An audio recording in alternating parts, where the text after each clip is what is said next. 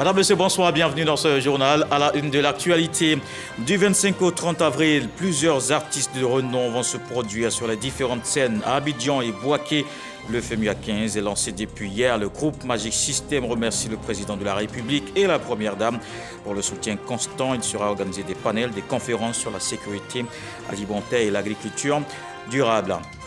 3 établissements financiers récompensés pour leur accompagnement aux petites et moyennes entreprises. C'est peut-être à la clôture de l'initiative La Finance s'engage. Le Premier ministre se réjouit du soutien de ces champions du financement. Patrick Haché exhorte les PME à plus de rigueur dans la gestion. Et plusieurs raisons peuvent expliquer la chute des cheveux chez les hommes et les femmes. Une science s'en occupe, la trichologie, qui étudie les cheveux. Elle permet à ceux qui les perdent de retrouver une meilleure santé des cheveux. La pratique est méconnue à Abidjan. Pourtant, certains en ont déjà bénéficié. On parle de ce sujet dans le dossier vu d'ici. La conférence de Munich a débuté ce vendredi à Bavière. Un grand absent pour une première, la Russie. Le président français Emmanuel Macron appelle les Européens à réinvestir massivement dans leur défense. Alors d'abord en Éthiopie où se tient le 36e sommet ordinaire de l'Union africaine. Le vice-président de la République représente le chef de l'État à cette conférence en Éthiopie. Tiemokomele Kone à Addis Abeba s'est entretenu aujourd'hui vendredi avec la secrétaire d'État adjointe des États-Unis chargée des affaires africaines. Ils ont parlé du renforcement de la sécurité dans la sous-région. Jérôme Kofi Abolin. Tous les deux, ils font partie des personnalités présentes à Addis Abeba dans le cadre de la 36e session ordinaire de la conférence des chefs d'État et de gouvernement de l'Union africaine prévue du 15 au 19 février 2023. Le vice-président de la République de Côte d'Ivoire, Tiemokomele Kone, et la secrétaire d'État adjointe des États-Unis chargée des affaires africaines se sont entretenus ce vendredi en marge de cette rencontre dans la capitale éthiopienne. Selon la secrétaire d'État adjointe des États-Unis, les échanges ont notamment porté sur la question sécuritaire dans la sous-région et le leadership du président Alassane Ouattara en matière de démocratie. Le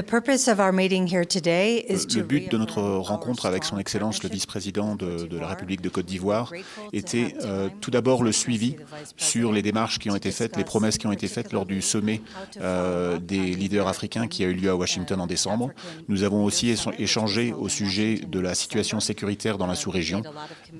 Nous avons aussi exprimé toute l'admiration que nous ressentons pour le leadership de la Côte d'Ivoire pour ce qui concerne la démocratie dans la sous-région et en particulier l'activité du président Ouattara pour encourager une transition démocratique dans certains des États d'Afrique occidentale qui en ce moment même ont certaines difficultés à ce sujet.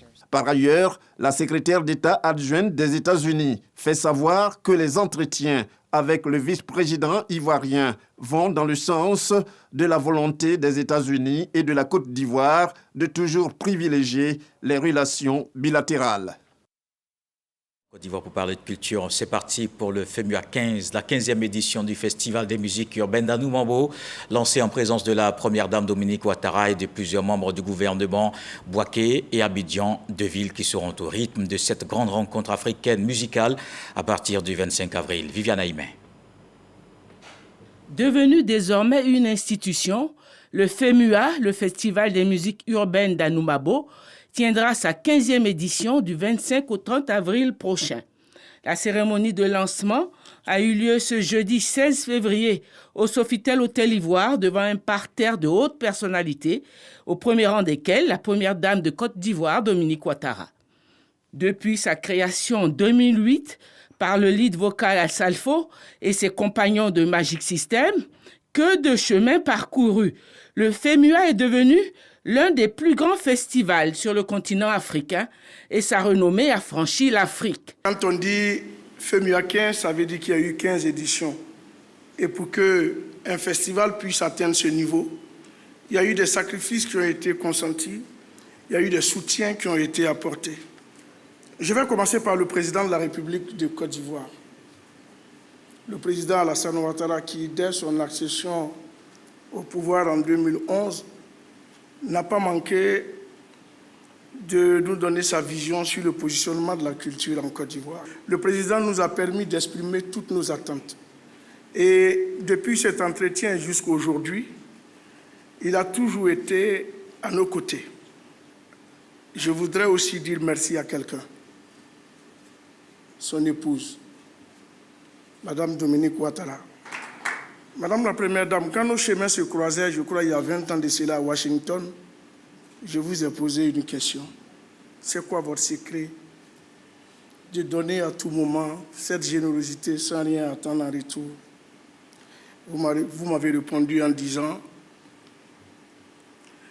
ce n'est pas qu'on ne reçoit rien en retour, mais chaque fois qu'on donne et qu'on reçoit en retour un sourire, des étoiles qui scintillent dans les yeux, ou le bonheur de la personne à qui vous tendez la main, ça n'a pas de prix et ça nous donne une énorme satisfaction d'avoir fait quelque chose d'utile.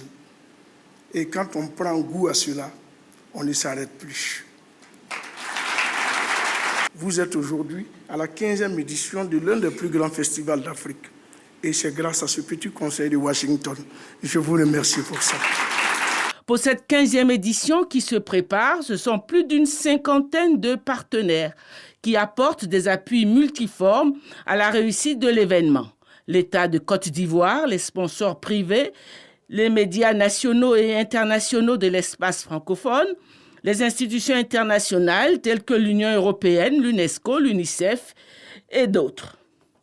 Festival multisectoriel qui conjugue à la fois un volet scientifique, artistique, sportif, ludique et éducatif. Le thème choisi par les organisateurs pour cette 15e édition est sécurité alimentaire et agriculture durable. Chaque année, il y a un thème qui accompagne le festival. Cette année, nous avons pris le thème de la sécurité alimentaire et de l'agriculture durable. Les faits sont tellement clairs. On a vu avec l'épidémie de la Covid, on a vu avec la guerre en Ukraine, qu'on se leurrait. On n'était pas autosuffisant en matière d'alimentation. On s'est dit qu'en choisissant ce thème, on pourra faire venir des experts. On pourra, au cours des débats, discuter avec nos jeunes. Les festivités de cette 15e édition se dérouleront à Abidjan et à Bouaké. Le pays invité est le Togo. Au volet artistique, ce sont une centaine d'artistes qui sont annoncés, dont de grandes pointures de la musique africaine et internationale. Une des particularités du FEMUA, c'est aussi l'action sociale. Les organisateurs promettent pour cette 15e édition la construction de 2 écoles. 2 innovations majeures pour les festivités de l'édition 2023 du FEMUA, la création d'un village technologique et la mise à disposition, grâce au concours de Côte d'Ivoire Tourisme, d'un pass touristique qui confère à son utilisateur des réductions dans le cadre de circuits touristiques en Côte d'Ivoire. Cette 15e édition du FEMUA bénéficie de l'accompagnement et du soutien du ministère de la Culture et de la Francophonie. Sous le leadership éclairé du président de la République, son Excellence Alassane Ouattara, et sous la direction de Monsieur le Premier ministre, son Excellence Patrick Hachi, le ministère de la Culture et de la Francophonie s'est inscrit résolument dans le développement des industries culturelles et créatives dont la bonne maîtrise peut apporter un impact significatif à notre économie. Il convient de retenir que les industries culturelles et créatives sont une des solutions pour adresser la question de l'employabilité de notre jeunesse, car le secteur des arts et de la culture offre une panoplie de métiers, allant de différents métiers du cinéma, secteurs comme le cinéma, la musique, la peinture, l'art, le design, le théâtre et j'en passe. Le FEMUA avant l'heure, les participants à cette cérémonie de lancement ont eu droit à un avant-goût. La première dame de Côte d'Ivoire a dit toute sa fierté pour le travail abattu par les promoteurs de ce festival, le groupe Magic System, dont elle est la marraine. Eh bien, j'ai tenu à venir ce soir pour soutenir nos amis Magic System parce qu'ils font un travail exceptionnel avec le FEMUA, tant sur le plan artistique que social, et je suis venue leur apporter tout mon soutien.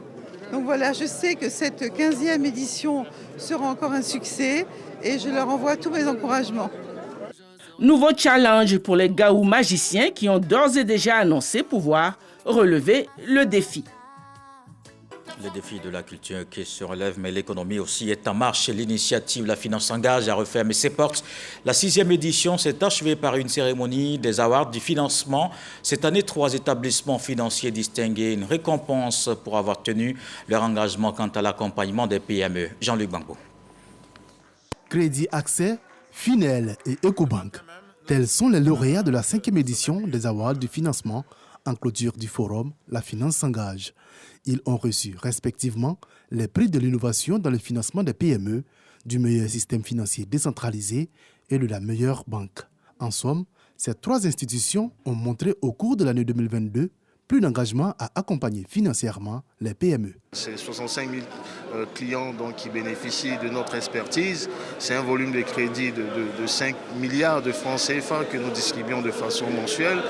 En fin d'année 2022, ce sont près de 50 milliards que nous avons distribués donc, à l'ensemble de nos PME. En 2023, nous irons encore plus loin du fait justement de notre implémentation donc, continue sur l'ensemble du territoire. Ces champions du financement des PME ont reçu leur trophée devant le Premier ministre, traduisant ainsi la volonté du gouvernement à accompagner toutes les initiatives en faveur de la promotion des PME.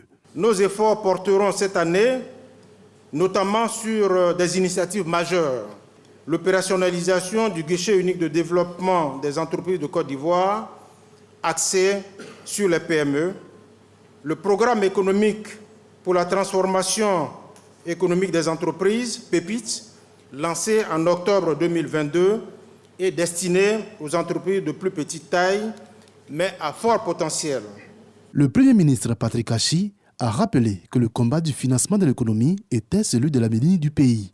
Il a surtout insisté sur la nécessité pour les PME d'être plus structurées et plus rigoureuses dans leur gestion afin d'être plus attractives. Il ne saurait être question de chercher uniquement à améliorer la conformité des PME aux critères des institutions financières, mais plutôt d'arriver à définir une proposition de valeur de PME pour les institutions financières.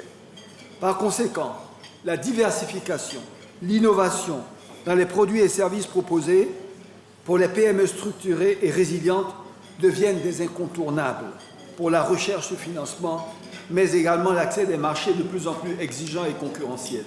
Depuis son lancement en 2016, la Finance s'engage à contribuer à impulser une nouvelle dynamique en faveur du financement des PME, avec près de 1 300 milliards de francs CFA mobilisés pour les PME, 600 PME formés à travers les programmes d'éducation financière et près de 4 000 acteurs de PME touchés. On reste avec Jean-Luc Bangbo pour parler cette fois de la première réunion du comité technique de concertation État-secteur privé de l'année 2023. Le ministre de l'économie et des finances, Adama Coulibaly, a ouvert les travaux de cette réunion. Le patronat ainsi que d'autres organisations prennent part à la rencontre. C'est une rencontre qui s'inscrit dans le cadre du suivi des diligences du séminaire gouvernemental du 13 novembre dernier à Yamoussoukro. Le premier comité technique de concertation de l'année 2023 a ainsi été l'occasion de faire le point des évolutions enregistrées depuis la discussion entreprise dans la capitale politique. Il y avait 5 groupes de travail qui avaient été créés en 2021, donc ces groupes de travail existent toujours. Donc qui ont travaillé sur plusieurs sujets. Il y a des sujets qui ont connu des avancées notables. Il y a des sujets sur lesquels nous continuons de travailler. Mais nous sommes, en tout cas le secteur privé, très très heureux de cette première rencontre. Cette réunion marque surtout la relance des activités des réunions statutaires du comité de concertation État-secteur privé. Nous avons convenu de poursuivre le travail, d'approfondir les questions et les diligences nouvelles et les préoccupations nouvelles qui sont apparues. Nous avons demandé simplement que la documentation puisse nous être fournie pour nous permettre de les approfondir de manière à ce qu'au cours de nos prochaines réunions, la partie nationale, en tout cas le gouvernement, puisse donner des réponses coordonnées en fait, aux préoccupations du secteur privé. À l'endroit des partenaires du comité technique de concertation, le ministre les a invités à garder les acquis et relever les défis de développement de notre pays à travers un cadre de concertation dynamique. Ceci dans la droite ligne des missions de ce comité, à savoir veiller sur la qualité du partenariat entre l'État et le secteur privé. Et voici une décision qui a un impact sur le développement économique. Depuis le 15 février à minuit, les frontières terrestres ont rouvert. Notre reporter Aman Yamie s'est rendu à la frontière du Niablé avec le Ghana pour faire le constat. Dans son reportage que vous allez suivre, il ressort de cette visite que les populations sont totalement satisfaites de cette mesure du gouvernement. Elle leur permet en effet de reprendre les activités. Frontière Côte d'Ivoire-Ghana-Niablé ouverte à la circulation des biens et des personnes. Comme annoncé dans le communiqué du dernier Conseil des ministres, le décret portant ouverture des frontières terrestres ivoiriennes est effectif. Une joie pour les populations qui voient en cette décision un véritable soulagement, elles qui attendaient depuis longtemps cette nouvelle. Je viens du Ghana comme ça. On avait appris, donc j'ai fait un tour là-bas pour le constat, effectivement, c'est effectif. Vraiment, ça me va drogue. On attendait fermement cette ouverture-là. Nous sommes quittés à Niablé, nous sommes partis saluer notre soeur de Ghana parce qu'on a attendu que le frontière était ouvert aussi. Donc nous sommes partis saluer notre soeur qui est à Osekou. Donc on ne pas sur Niablé. On n'a pas eu de difficultés. On est parti sans problème, on est revenu sans problème. Chaque fois, on nous refoulait de ne pas partir. On vient, on demandait pardon, ils refusaient. Donc on était peinés parce qu'on avait envie de voir nos frères qui étaient au Ghana. On a nous aussi nos plantations aussi au Ghana. Pour partir chaque fois, on a des problèmes. Donc je tenais à remercier le gouvernement pour cette opportunité qu'il nous donne. Aux différents postes de contrôle, la police s'affaire à contrôler les passants quand les douaniers, eux, s'empressent de vérifier le contenu des camions qui arrivent du Ghana voisin ou qui sortent du pays. La Côte d'Ivoire avait fermé ses frontières terrestres, maritimes et aériennes le 22 mars 2020, au moment où le monde entier se barricadait face à la pandémie de la Covid-19. Si les frontières maritimes et aériennes ont rouvert au bout de quelques mois, les frontières terrestres demeuraient fermées. Dans la localité de Niablé, au plus fort de la crise sanitaire, plusieurs personnes qui contournaient les postes frontières pour braver la décision du gouvernement avaient été arrêtées et traduites devant les tribunaux pour répondre de leurs actes. Niablé, une zone également agricole et cela fait 30 ans que l'Agence nationale d'appui au développement rural existe.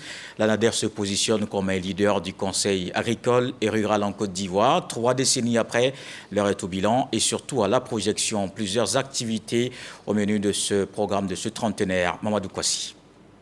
Né des cendres de la Sodepra, de la Satmassi et de bien d'autres structures agricoles, la NADER, Agence nationale d'appui au développement rural, aura officiellement 30 ans en septembre prochain. 30 ans qui ont permis à cette structure de se positionner comme le leader en conseil agricole et du monde rural.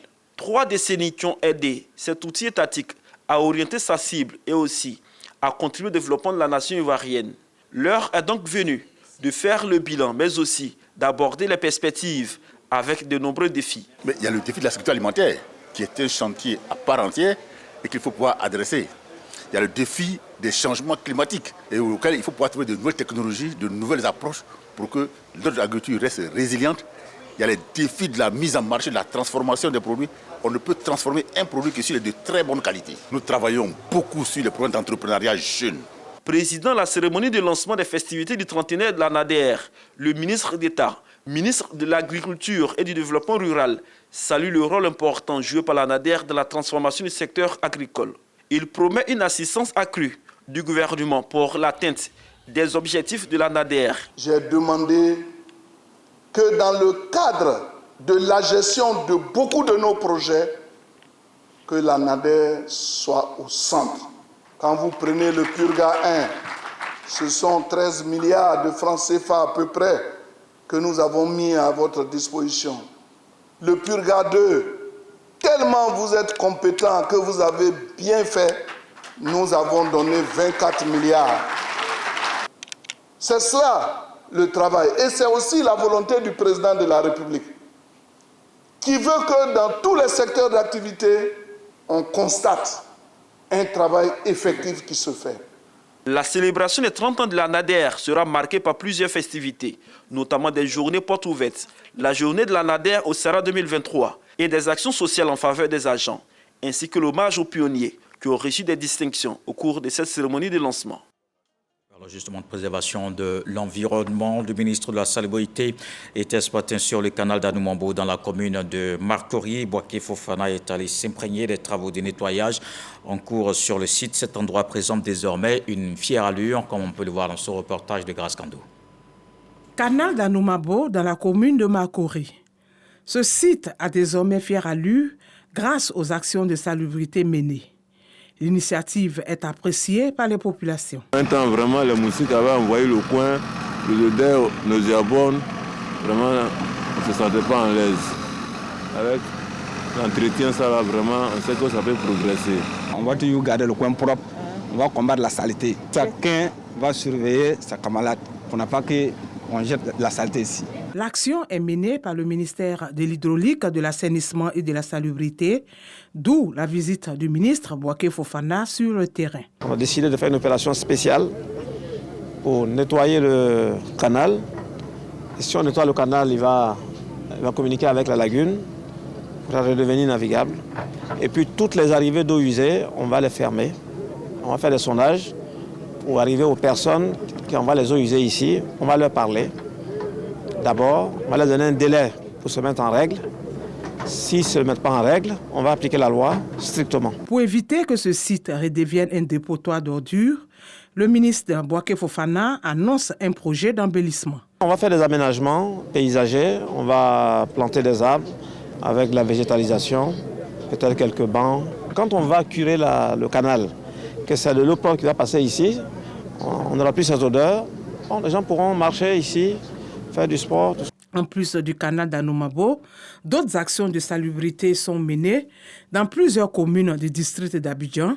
Objectif, donner fière allure à la capitale économique. Et on s'arrête sur cette question qui intéresse nombre de personnes. Les cheveux censés protéger la tête et les cuirs chevelus, plusieurs personnes les perdent. Des facteurs comme les problèmes de thyroïde ou encore de carence en fer peuvent l'expliquer. Les causes peuvent être aussi génétiques. Heureusement, une science vient corriger ce dysfonctionnement, c'est la trichologie, une étude qui permet d'identifier et traiter les affections à la base de la situation. Elle permet aux hommes et aux femmes qui en souffrent de retrouver la santé de leurs cheveux. À la découverte de cette solution méconnue mais qui fait des heureux à Abidjan, Trichologie, la solution miracle, c'est le dossier Vidici de ce soir avec Sephora Zegui.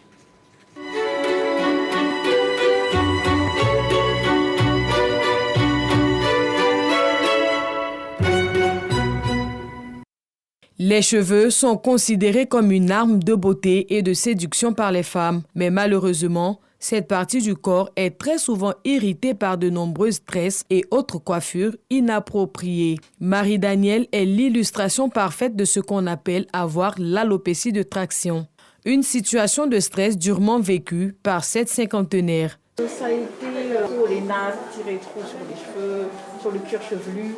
Et puis le stress aussi. L'alopécie de traction est causée par les habitudes de coiffage telles que les chignons, les queues de cheval ou tresses trop serrées, les nattes trop lourdes, les tissages, les extensions de cheveux et les défrisages fréquents, entre autres. Heureusement pour Marie-Danielle, une panacée existe, la trichologie, une science qui étudie la pilosité crânienne. C'est dans ce centre pour la santé du cheveu, situé aux Deux Plateaux, qu'elle trouve la solution à son problème. Ce que j'ai vraiment apprécié ici, que j'ai découvert, c'était l'échographie du cuir chevelu. Alors là, franchement, je voyais le cuir des cheveux de la pointe jusqu'à la racine. À l'image de Marie-Danielle, plusieurs autres femmes souffrent d'alopécie de traction et leurs témoignages sont bouleversants. Il n'y a pas un mois de cela, j'avais tous mes cheveux. Il y a une partie de mes cheveux qui avait totalement disparu. Au fur et à mesure que le temps avançait, mon problème prenait de l'ampleur. L'alopécie touche également les hommes. Herman travaille aujourd'hui dans ce centre. Autrefois, souffrant de calvitie androgénétique. J'ai un père qui avait une calvitie et aussi il y avait le stress. Il retrouve petit à petit sa touffe grâce à la trichologie. J'avais pas de cheveux avec la différence que moi-même j'appliquais. Voilà, on a des résultats qui sont visibles. Florence Edwige est spécialiste en trichologie depuis plus de 10 ans. Dans son centre, elle parvient à diagnostiquer avec exactitude les causes de ces maladies capillaires à l'aide d'un trichogramme. Des mèches trop serrées, des coiffures qui ne sont pas du tout adaptées, un mauvais défrisage peuvent être des causes qui peuvent entraîner la chute du cheveu. En endogène, c'est-à-dire tout ce qu'il y a à l'intérieur, ça peut être une mauvaise alimentation, une carence en vitamines, ça peut être aussi une hypothyroïdie. L'alopécie de traction peut être due aux hormones chez la femme. Ça peut être une chute hormonale, c'est-à-dire une perturbation hormonale. Ça peut être juste passager, ça peut être le stress et tout ça. Mais il faut toujours faire un diagnostic capillaire. Elle peut également atteindre les enfants. Ça, c'est tout simplement normal. Arrivé à 6 mois, il perd ses cheveux si on ne coupe pas et puis après ça repousse. Chez l'enfant, c'est forcément en général une carence en vitamines. Voilà. Mais sinon, à partir de 3 ans, toute la tête se recouvre des cheveux et puis ça pousse. Pour permettre aux femmes de stopper la chute de leurs cheveux, Florence insiste sur la nécessité d'éliminer le port de la perruque et autres accessoires. À force de mettre quelque chose qui va bloquer, ça va faire que les follicules qui doivent produire les cheveux vont plus produire des cheveux en bon état. Par jour, une personne doit perdre 50 à 100 tiges de cheveux. Au-delà de ces chiffres, on a affaire à une anomalie selon la spécialiste. Florence n'est pas la seule dans le domaine. À Marcory, une clinique pour les cheveux existe et Rachida, la patronne, est passée par la chute du cheveu avant de se spécialiser en soins capillaires. Je ne trouvais pas ce qui répondait à mes problèmes. J'avais soit un endroit où j'étais bien coiffée, et un endroit où on me faisait de bons soins. Donc je ne trouvais pas ce que je cherchais. Et puis quand j'ai perdu mes cheveux, donc je suis partie en France, et puis j'ai découvert la clinique du cheveu. Ce matin, elle a rendez-vous avec une cliente anonyme qui avait perdu la déventure de sa chevelure. Installée, la spécialiste analyse son cuir chevelu et le résultat est encourageant. Écoute, tu as vu toutes les repousses, non? Oui. Ça, c'est bon, ça. Pourtant, tu as fait combien de séances d'infrarouge? Pas tant que ça. Je crois 2 ou 3 fois. Tu avais juste besoin d'être stimulée. Avec son matériel de dernière génération, Rachida est capable de détecter une alopécie chez une personne et la stopper. Dans le cas des alopécies, c'est quand le cheveu, sa chute est accélérée avant le terme. Donc, qu'est-ce qui se passe? Il tombe et ce vide-là va faire en sorte qu'ici, il va se fermer. C'est pour ça qu'on a des parties lisses. Et ces parties lisses là sont stimulées avec les soins comme l'infrarouge qu'on a fait à madame qui ont donné ces résultats-là. Mais la maladie peut être évitée. Il suffit de bannir de ses habitudes les tresses et toute manipulation du cheveu afin qu'il soit en bonne santé. Le cheveu, il a une fonction. Sa fonction, c'est pas de nous rendre belles. Protéger le cuir chevelure, protéger les bulles, protège le vaisseau sanguin. Ce que nous privilégions, c'est les cheveux en bonne santé. Dans la majorité des salons de beauté, on est toujours à l'affût de nouveautés en matière de coiffure. Les spécialistes recommandent pourtant des coiffures protectrices. N'oublie pas que la dame a les cheveux très fins. Okay. La coiffure protectrice, Rachel, esthéticienne et coiffeuse, en fait son credo. Ces coiffeuses sont à pied d'œuvre pour la réalisation d'une coiffure à partir d'une technique particulière. Nous sommes en Afrique, il fait très chaud. Donc les tresses sont beaucoup demandées ici. En même temps, il faut protéger aussi le cuir chevelu avant de le faire. On ne tresse plus comme avant où on tournait le bas. Là, ce sont les tresses américaines.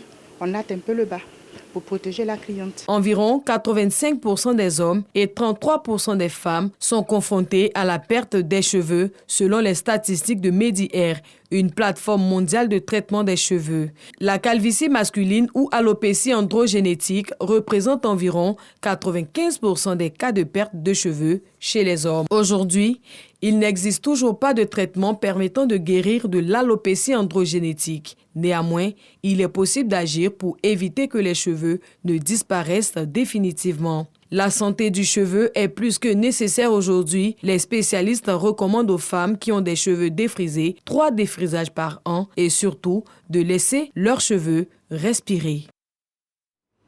Tricologie, la solution miracle, c'était le dossier VDC de ce soir avec Sephora Zegui. Rendons-nous à présent dans le centre du pays. Les mécanismes de protection sociale de la CNPS et la SEGRAE expliqués aux populations. Une initiative du ministre-gouverneur de la vallée du Bandama, Jean-Claude Kwasi, exhorte les travailleurs indépendants et les fonctionnaires à adhérer à tous ces produits, évidemment à leur avantage. On voit le reportage de Soro Corona. Les institutions de prévoyance sociale, la CNPS, Caisse nationale de prévoyance sociale, la SEGRAE, Caisse générale des retraites des agents de l'État, face au conseil du district autonome de la vallée du Bandama, aux leaders d'opinion des régions du Hambol et de Gbeke. Les responsables de ces structures en charge de la mise en œuvre de la sécurité sociale exposent sur les différents mécanismes pour le mieux-être des fonctionnaires retraités et des acteurs du secteur informel. celui qui avait 100 000, qui se retrouve avec 70 000 francs à la retraite, aujourd'hui a la possibilité, grâce à ce produit, d'atteindre 100 000 francs et même de dépasser 100 000 francs. Depuis 2019, il s'agit pour les travailleurs indépendants de bénéficier de prestations en cas d'incapacité due à la maladie, à l'accident, à la maternité, et également de bénéficier de prestations de retraite pendant les vieux jours des travailleurs indépendants. Nous sommes à la 4e édition des Jeudis du District. Une tribune d'échange et d'information initiée par le ministre-gouverneur Jean-Claude Kouassi pour rapprocher davantage le district des populations. Nous, en tant que gestionnaires de ces populations, en tout cas, c'est une occasion qui nous est donnée de comprendre un peu le fonctionnement et d'aller restituer cela auprès de nos populations. Pour une meilleure protection sociale, Jean-Claude Kouassi exhorte les populations à adhérer à ces différents produits. Pourquoi ces IPS ont été créées, pourquoi elles sont avec nous et de quoi la population peut bénéficier moyennant un ticket d'entrée, c'est-à-dire une petite cotisation qui fasse qu'avec la solidarité, dans la solidarité, tout le monde soit couvert de la meilleure manière possible. Les 3 premières éditions des Jeudis du District ont concerné l'insertion des jeunes, l'agriculture et la santé. Il a été renforcé son dispositif. Le directeur général Fosseni Dambélé met les moyens à la disposition des agents. Il a remis 13 kits de caméras numériques et accessoires aux stations d'Abidjan et de Bouaké. Cette dotation permet de faciliter la tâche et améliorer la performance du groupe audiovisuel. On le voit avec Jean-Marc Djadji. Les différents chefs de département et de services de RTI 1, RTI 2, la 3 et de la station régionale de RTI Bouaké réceptionnent 13 kits de caméras professionnelles numériques et accessoires. Ils sont équipés par la Direction générale de la radiodiffusion télévision ivoirienne, RTI. Les correspondants, journalistes, reporters et techniciens affectés dans ces services et stations pourront couvrir en toute quiétude les événements et actualités. Merci au DG, nous avons reçu quelques caméras, j'espère qu'on en recevra encore d'autres. RTI 2 se doit d'aller encore plus loin et cette caméra en tout cas est un appui de taille de la direction générale que nous saluons. La radiodiffusion télévision ivoirienne poursuit à travers cette initiative sa stratégie de modernisation et de développement des compétences. La direction générale compte assurer la transformation digitale de l'entreprise dans un environnement audiovisuel libéralisé. Dans le reste de l'actualité, la conférence de Munich a débuté ce vendredi en Bavière. Ce rendez-vous incontournable dans le domaine de la sécurité réunit tous les ans le gratin des décideurs. Un grand absent, et c'est une première, la Russie. Le président ukrainien s'est exprimé à distance et son homologue français ainsi que le chancelier allemand lui ont emboîté le pas. Le président français appelle les Européens à réinvestir massivement dans leur défense. Et juste après ce journal, la direction des magazines d'information vous propose votre émission Ça fait l'actualité. Le thème abordé aujourd'hui, les enjeux du 21e congrès international des acteurs de l'eau et de l'assainissement. Les directeurs de l'ONEP et de l'ONAD ont décliné les grandes lignes de ce rendez-vous international dans une présentation d'Abdoulaye Koné. Et voilà qui m'interme à ce journal. Merci de l'avoir suivi. Retour de l'actualité 23h demain, 20h. Retrouvez Marie-Laure Goran. On se quitte avec ce que dit le sage ce soir. Le soleil et la lune sont les meilleures lumières de ceux qui n'ont pas de lampe.